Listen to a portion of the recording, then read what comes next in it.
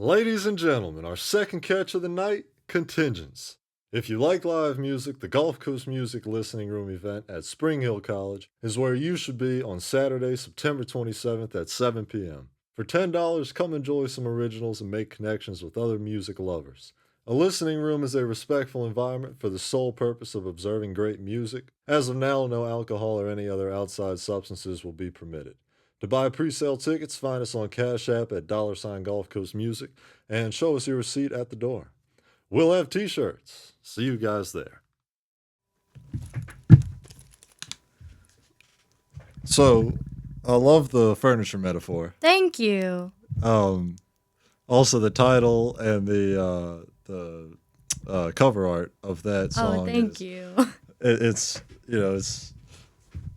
it's just unique and it's goofy and it's awesome. Thank you. That's everything I'm going for. I So, know, I know. I saw the M Only a Fool and Uncle Emmington. hmm It's cool the aesthetic that you're going for. thank you. Is there anything I guess that kind of prompted that? Yes. When I first started releasing music, because I released one EP when I was 17, 18 years old, and I just released it just under the name M. Mhm. And because I knew I didn't want to just do like my full name, I wanted something that was kind of like a moniker or a band name. But M, I mean, there's a million M's. And my brother kind of had the whole long story of just like Uncle Emmington as a nickname because he would always come up with like fake long forms of short names. So like Emmington, and Gotcha. then riffing on that, just Uncle Emmington. And I always wanted to name myself something that could be a band name one day because I would love to eventually Gotcha. start playing with a band, but still that would be kind of, and something that kind of held like a sort of humor, a sort of tension, a subversion, because Uncle Emmington and then my logo is like a pink bunny. So it's like, it's kind of that mix, I Sure. think. Yeah. Yeah, I love it. It's Thank you. and then with that song, hmm first of all, the I guess I just hadn't paid close enough attention in the past to other performers, but the way that you just seamlessly move through strings as you're playing Oh, without thank without you. looking at it.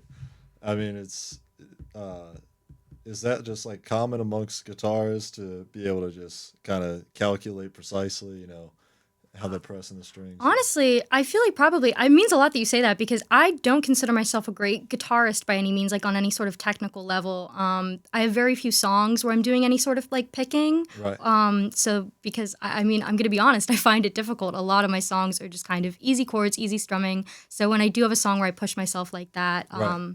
yeah, to do something a little different. And then the one part, maybe towards the latter half of the song, where the strings went by maybe quarter notes as opposed to Oh yeah. it was ding, ding, ding, ding. Yeah, Yeah, that is something that is, if I'm going to be charitable to myself, I do feel like something the like quick switching that like for the cheat chords code. that is Yeah, something that came a little more naturally to me when I first learned. right. I first learned guitar when I was about 15, I think. I was a freshman in high school. Sheesh. Yeah. Yeah. Do you think learning guitar translates to learning Braille? Like, you think you'd be able to pick up Braille because Maybe your that sense of touch is maybe that's an interesting question. I don't know. I'd be open to it. I love yeah, the idea of learning Braille, sign language. I think yeah. like different like languages of like accessibility are so cool. Sure, Yeah. sure, for sure. But yes, and then also the singing was tremendous, of Thank course. you. Um, does it ever occur to you that uh, I don't know where to go with this question, but that you're just like very gifted at singing and that like you shouldn't preserve it maybe or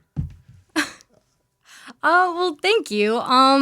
Yeah, I do love like singing. I would feel like primarily what I care about is writing. I mean, Mhm. for me, I feel like songs are like my favorite just vehicle for writing, Right. and that the music, like instrumentals and vocals, aren't exactly like like superfluous or anything, Mhm. but they just like they I feel like are in service to the lyrics. That's what I always try to do. I think especially nowadays with the auto tunes and Yeah. that kind of stuff, it's easier to create that facade, but you can't create a facade with your lyrics. Yeah, exactly. Yeah. And that's what's really important to me. But I do love just the act like of singing, of like, Mhm. vocals, even though I'm not like a powerhouse vocalist or anything, but I have my wheelhouse of kind of a lot of people, very, very nice people who describe my voice as just like sweet and lovely. Sweet. That's what I Thank was you. gonna Yeah. say. Yeah. And so I do love singing. I do love kind of being in my niche of that. And Nice. it's really fun. Welcome to the Gulf Coast. Welcome to the Gulf Coast. Welcome to the Gulf Coast. Yeah. Welcome, guys, to the Gulf Coast Music Podcast. Today's new wave. Uncle Emmington, Yep. Only a Fool. Yep. There you go. Thank you guys for tuning in. So you started at 17 years old, or About, 15 yeah. years old. Well, yeah, writing and playing at around Right. 15, and then released my first EP at like Right. 17, 18 at the end of senior year of high school. I really like your Instagram page, how it's set up. Thank you. Yeah, it's like a, if you're going down the rabbit hole, your Instagram page is at the end of the rabbit hole. That you're like, we found it, Thank you. And it's got that cool aesthetic to it, and I think it's got a lot of potential if off the songs that you like describe the song.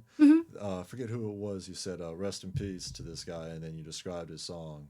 Do you recall who that was that you posted about? To my friend Zach, and I posted the song about him, or I'm not sure. It was oh, the cover. Are you talking about I the think it was cover? the cover song. Yes. Okay. The cover song of Brian Wilson. There you Yes. Of Wouldn't It Be Nice? Oh, Right. yes. Wouldn't It Be Nice is one of my favorite love songs ever written. What do you think about how it switches into like a whole different melody? It's really cool. I mean, yeah, Brian Wilson was such a compositional genius. Right.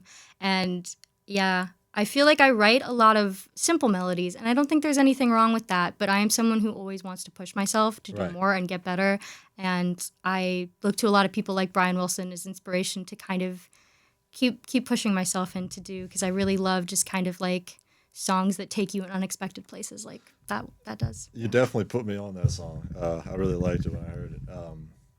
But yes, do you think that the songs that you practice covering, if any in particular, have like a effect on you and have helped you in your own songwriting? Yes, yeah, I would say so. I let's see. I cover a lot of Taylor Swift. I love Taylor. Duh. I think yeah, and I play when I'm playing out and doing covers. I play All Too Well a lot, Okay. which is a good one to do because it's so popular. It gets a lot of people singing along, but it Was just that the one you played in Nashville?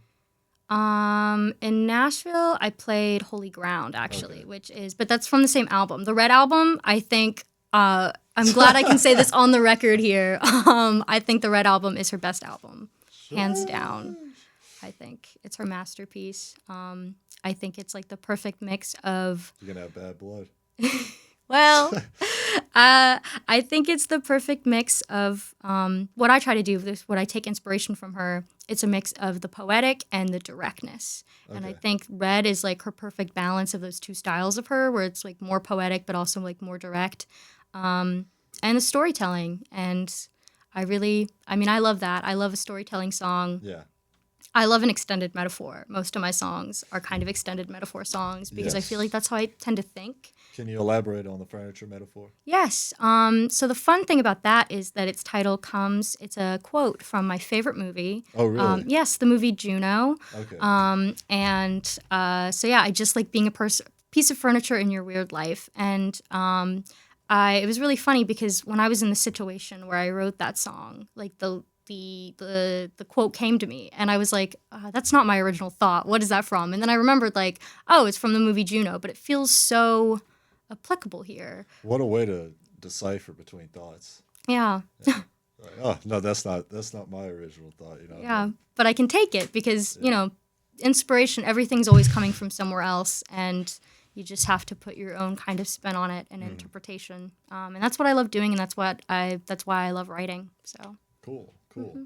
And in the music video, which park or woods area is that shot in? Yeah, it's near Huntsville. Okay. Yes, it's the campus of UAH in Huntsville where I went to school. Just Gotcha. graduated from. Yeah, it's a really beautiful campus. Yeah. I'm from around here in the Mobile area. Yeah. And there's a lot of things I love about it here, but Huntsville, my favorite thing was the fact that the like autumn up there is so beautiful. Gotcha. And the foliage and the mountain kind of like, I just love it. It's beautiful up there. Gotcha. Yeah, I've got some friends from up there. It's Mhm. I once went to like a soccer camp up there when I was Oh, growing up, and I yep. remember it being pretty. So I'll have to go back up there at some point. Have you ever heard that you have a Casey Musgrave sound? No, no one's ever made that comparison. I do like her. Yeah. Yeah, I think that she's a pretty good lyricist. Great. I mean, a great blend of just kind of like pop and country in a way where I think there's a lot of pop country. There is pop country that I like. I tend to be kind of picky with it though, because I think there's a way to do it that feels just kind of inauthentic. But I think Casey Musgraves is a really good example of very authentic feeling, Have like you pop country songwriting.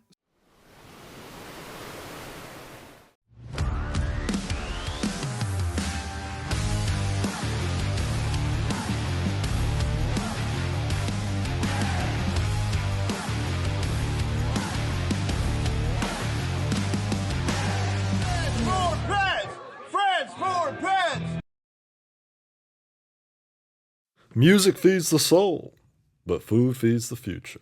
Right here on the Gulf Coast, thousands of families don't know where their next meal is coming from. Feeding the Gulf Coast is changing that tune one meal at a time. Imagine this. For every $1, you can provide up to 5 meals. That's like turning a quiet solo into a full-blown jam session of hope for someone in need. Let's turn the volume up on kindness and down on hunger. Visit feedingthegulfcoast.org to donate today, because together we can make sure no one goes hungry on or off the stage. Feeding the Gulf Coast, because every community deserves an encore.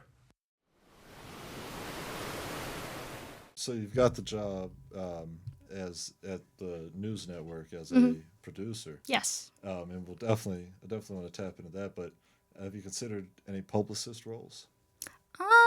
No, I mean I haven't really. I've never considered that. Yeah, it's not something that I hate the idea of, but I've just never really thought about it. Because you got a great way of describing things. Like Oh, thank you. I've tried to say the exact same thing about pop and country of it being inauthentic, and at times, Yeah. but yeah. Anyway, it's the news network job. Um, yeah, talk on that. What's that like? Yeah, well, I'm super lucky to have such a great job right out of school. I interned there for the Gotcha. past 3 summers. So Gotcha.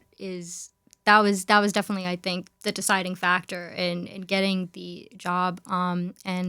But when I was an intern, I had never had experience with the morning show, which I produce now, the 10 a.m. hour of it. And I like it a lot more than the news, like hard news actually, because the hard news in Mobile, there's a lot of tough stories, and I'm a very sensitive person, and so it's really heartbreaking to have to like focus on for your job like all of like the like terrible things happening all the time, and so It would affect your songwriting probably, huh? yeah. And so I much prefer kind of working with lifestyle news and getting to spotlight like, fun community events. And my favorite part of it that I've kind of, because there's obviously some limits to what I can do, but I do have some creative freedom when it comes to like deciding who to book, for example. And so I feel like with me in charge, there's very much now a focus of like, I want to try to highlight the local music scene as much as I can.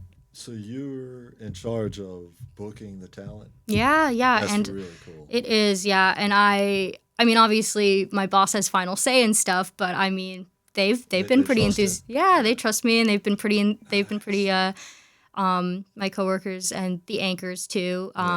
I really love them. They're great. It's honestly, yeah, the whole kind of like crew of everybody involved on the show is really nice and Right. just yeah.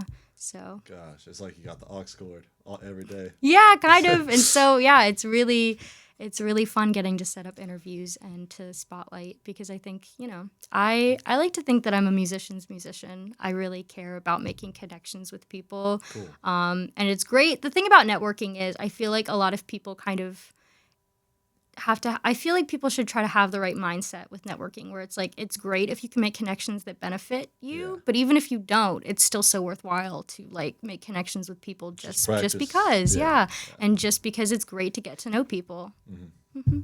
Nice.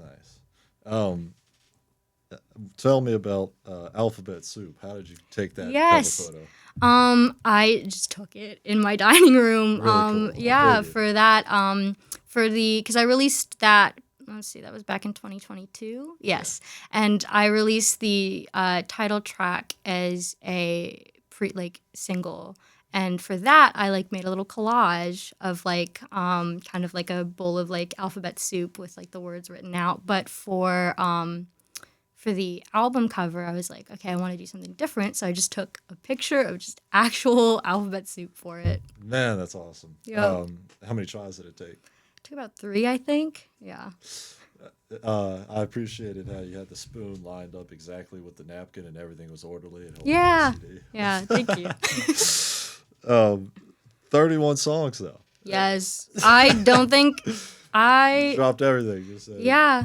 Well, yeah, I think there is like, as much as I am focused on music is what I care about most in the world, and I would love to build a career out of this, there is something so special about being in this phase where I kind of can do whatever I want. Like, I don't have to be focused on answering to anybody or like, like thinking like, oh, what's going to do like the most like well. I mean, especially back then because that was like my first like album release, and I had just been writing these songs for years, and I was like, I just want to like put them all out there because because like the beauty I think of self-releasing things is that you can just kind of just do whatever. And since Let then, your identity create itself. yeah.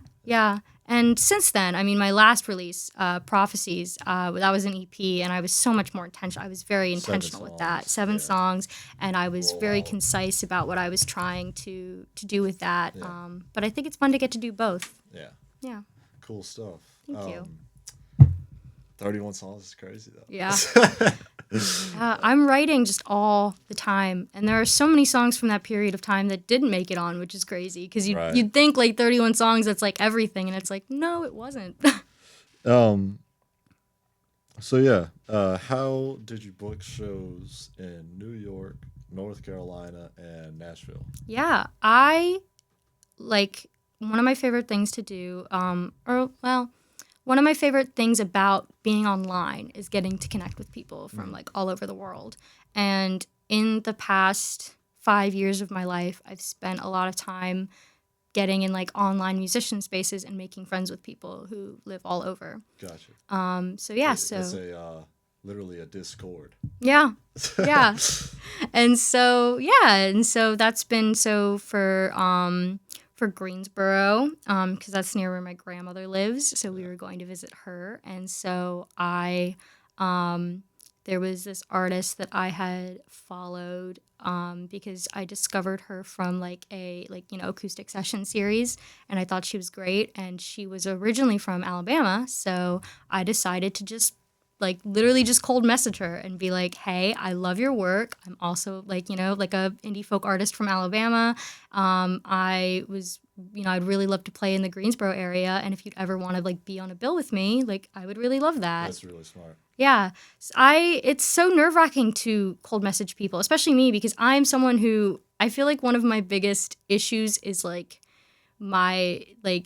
anxiety in so many ways, but specifically like social anxiety, this fear of annoying people, of being too much. But when Felt that. Man. Yeah. Felt that for sure. Yeah. But when it comes to music, like, I mean, you have to put yourself out there. And I know so many people who have tried to drill in my head, like, friends and stuff, they're like, the best opportunities I ever got were by like just literally cold, like emailing, cold, like, texting people and just seeing where it goes. Yeah. And so, yeah. Jeez. Yeah, I felt that. You don't want to ruin the energy, so you just act like a piece of furniture. Yep. And I might do that in my interpersonal life, but I try not to do it professionally. Right. Yep. And is that how New York and Nashville came about as well, or what? Well, New York actually was with people that I was already quite close friends with. Okay. Yeah, Copeland James, who I had played with in Nashville actually a couple years before, and my friend Hannah, who's both a music writer and a singer-songwriter, and I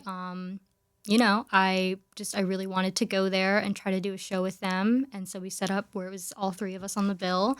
And we were able to get booked at a little venue. That's really cool. Yeah. Just meeting the right people and coming together as a Yes, collective. yeah, and it's really hard to Traveling get up to New people. York. Yeah, and that was so fun. It was not my first time going to New York City, but first time since I was like a little kid, and certainly my first time going somewhere with on my own. So yeah. Gosh, yeah. I've never been to New York. What was it like? I loved it. I really loved it. I love the energy of a big city. I find it kind of nerve-wracking, but there's just something it's so cliche, but people talk about being there and you can just kind of feel the possibility of just being in a place so vast with so many different kinds of people, and you can feel it. It's true. And it was really great to experience. I mean, you go places like that and you leave and you try to do as much as possible in a short amount of time, and you get this sense I need to go back because there's so much I haven't experienced there yet. And then you go there and you end up living there for 3 years and there's rats crawling into your apartment. You're like, what happened? Yeah, that's the thing. As much as I love it and would love to go back, I would go back there several times, but I don't know if I'd ever live there because of the way it's just. I feel like if you're someone who's just kind of living in any sort of making ends meet way, that it's hard. The cost of living is huge there. So Right. yeah, but it's a great place to visit. Yeah.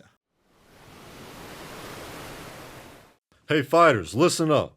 Are you tired of feeling like your conditioning holds you back in competition? It's time to bridge the gap between theory and real performance. At Dexter's Fitness Center, we're launching a combat sports strength and conditioning program designed for boxers, kickboxers, MMA fighters, and combat athletes who want to get faster, stronger, and more flexible while building the endurance to go the distance.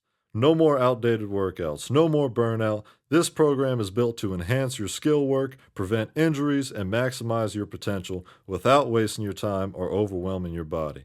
Training starts August 12th at Dexter's Fitness Center, 1900 Government Street, Mobile, Alabama. Sessions are Tuesdays and Thursdays from 6:30 p.m. to 7:30 p.m. and Saturdays from 11:30 a.m. to 12:30 p.m. If you're ready to step into every fight confident, prepared, and in peak condition, call 251-709-2654 or email contact@dextersfitnesscenter.com today. Let's build the fighter you're meant to be. Whoa, whoa, whoa. Don't let the dogs out. The City of Mobile Animal Shelter has many loving pets ready for a nice home. Whether you're looking for a dog like Snoop or a cat like Doja, the City of Mobile Animal Shelter is where you can find your next friendly companion. They're located at 855 Owen Street, and you can stop by anytime between 10 a.m. to 4 p.m. We all need a little bow wow in our lives. Call 251-208-2800 because the City of Mobile Animal Shelter has you covered. That's 251-208-2800. Roof. I like the news station promotion for the next Hitmaker. Yeah. And that's a Rolling Stone. Yes, that was, I think, Rolling Stone and SoundCloud partnering with the Global Citizen Charity. Yeah. Well, nonetheless, it was really cool stuff. And Yeah. yeah, it's a great idea. You just gotta.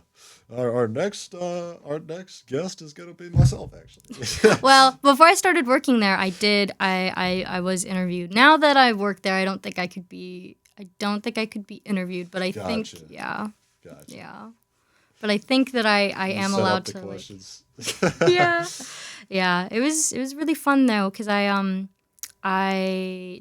December when I released my EP Prophecies, right, as it was releasing, I was able to set up an interview, and I had been on actually when they they stopped recently. I hope they can bring it back.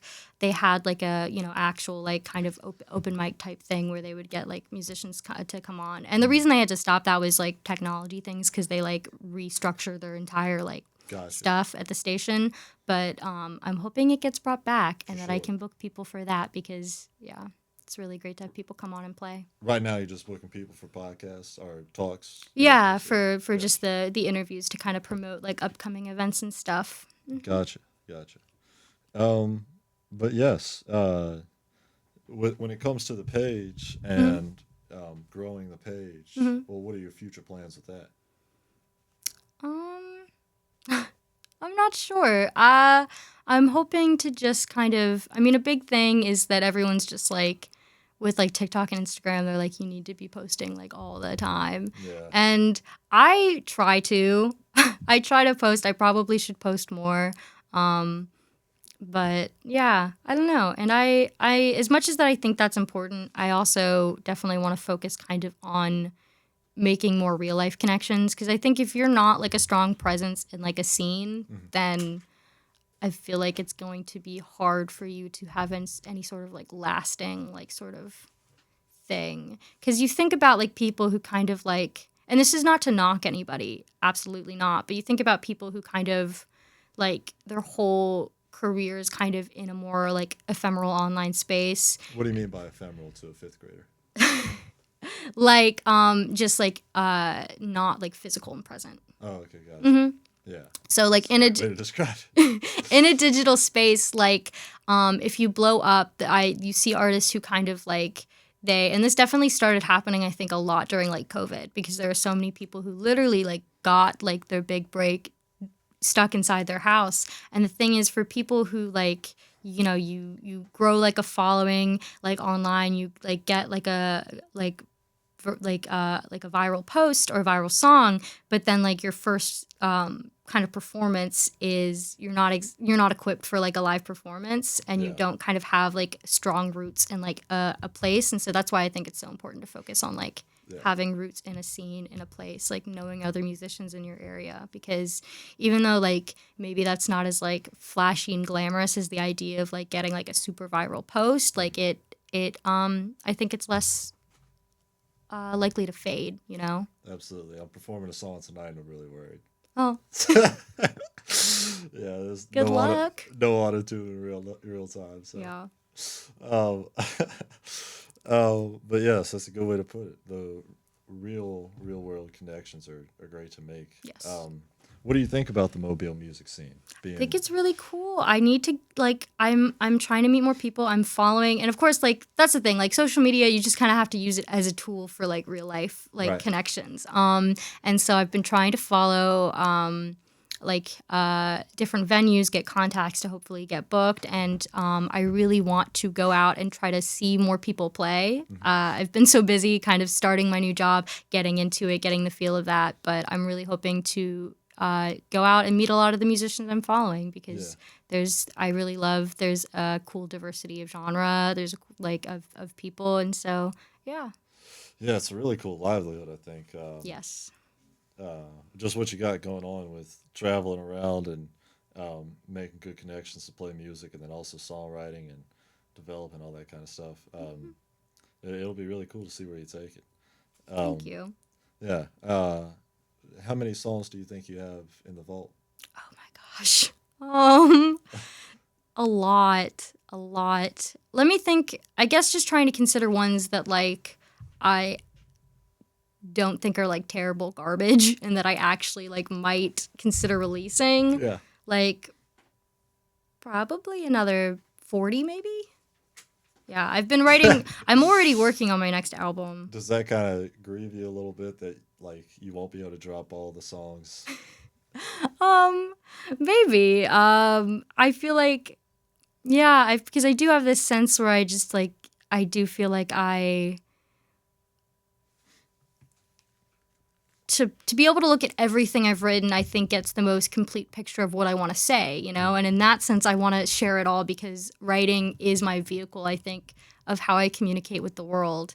And I feel like you get the best sense of what I'm trying to say, like as a person through my music. So yeah, so in that sense, I feel like the sense of like, oh, like to get the complete picture, you have to look at everything. But then if you think of like putting out the best project, then I think, but it's kind of crazy because I for the next album I'm writing, I really wanted it to be, I want it to feel very concise, very deliberate, not have any filler. But at the same time, so much has happened in my life that I feel like it's going to end up maybe not being 31 songs, but it's definitely going to end up being a longer album because, yeah.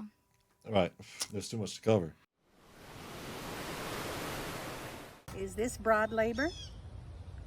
I'd like to talk to you about the possibility of moving a couple of things for me from my daughter's house to my garage.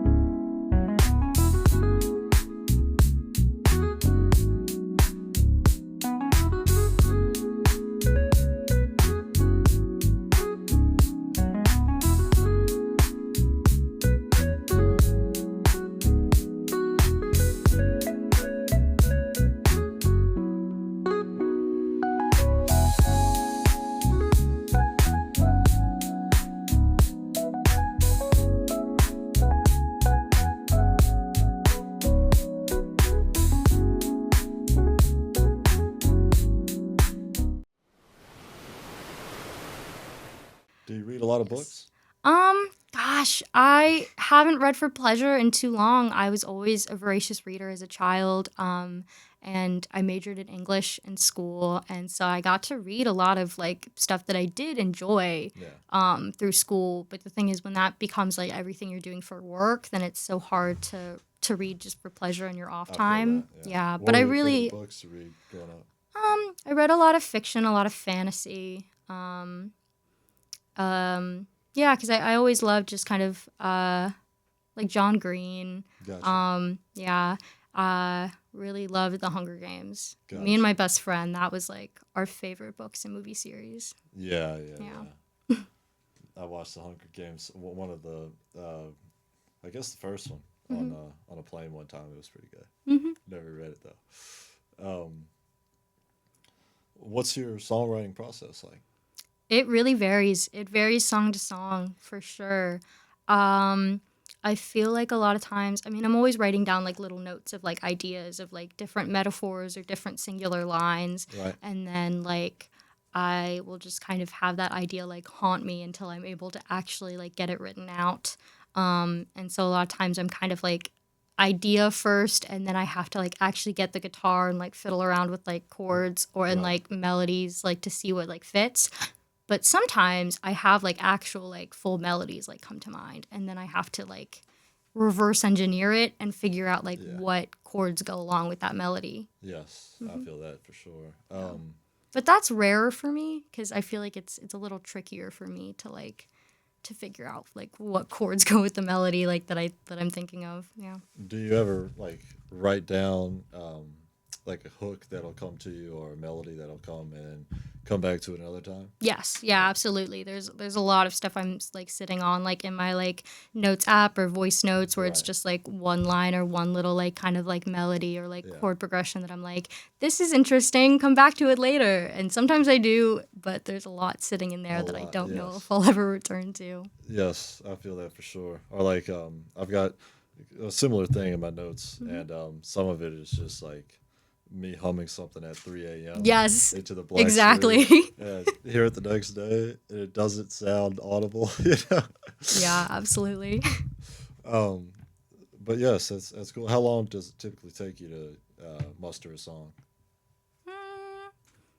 I do this thing a lot where I start and I write the first verse and chorus, and then I have to leave it alone for weeks or months until I can. That's patience. Yeah, because a lot of times I start writing when I'm in the middle of a feeling, like I'm feeling it like concurrently, and then to kind of like actually finish Your it. vocabulary is Thank you.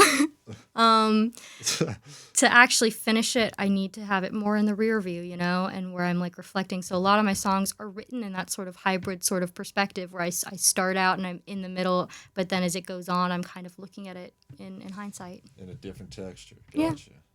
Interesting. Thank you. Well, cool. When's the next project gonna drop? Gosh, I haven't even started recording it yet. How'd you record Alphabet Soup? I've recorded everything that I've ever recorded and put out. I've recorded at Dolphin Street Sound Studio Gotcha. in Mobile, and I've worked. I worked with a couple of different people there, but for most of Alphabet Soup and for the entirety of the Prophecies EP, I recorded it with the sound engineer Ryan Avenger. Gotcha. He's amazing. Yeah. I don't know if this has changed, but as of the last time I was there, I still was the record holder for having the most songs recorded in one session. Damn. Yeah. What is it? Just because you're able to do it?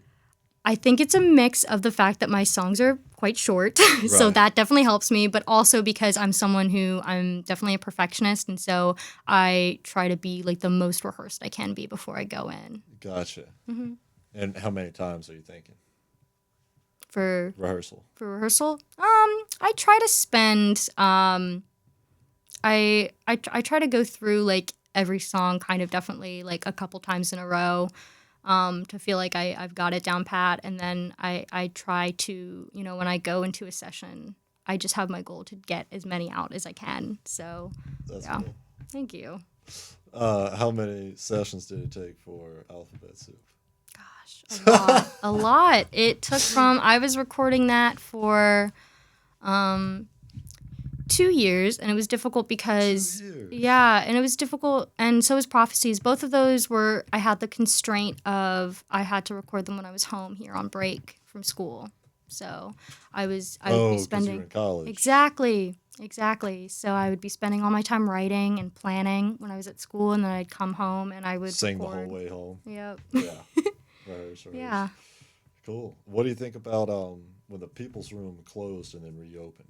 I was really bummed out that it was gonna close. Yeah. I saw you like, this is my last performance. Yeah, I was thinking that it was gonna have to be my last, and then Jim was just like, "Well, I think that I could have it open for a little bit longer, as long as I understand his like want to retire because Oh, gotcha. it's been, Yeah, I didn't know the background story behind it. yeah. Jim is very nice. He's always believed in my music, and that's always meant a lot to me because that was the first paid gig I ever got was playing there when I was like 18. That's cool. Yeah, it was a crazy amount of like stretch of time because I had my senior trip, I graduated high school, next day I played my first show ever there.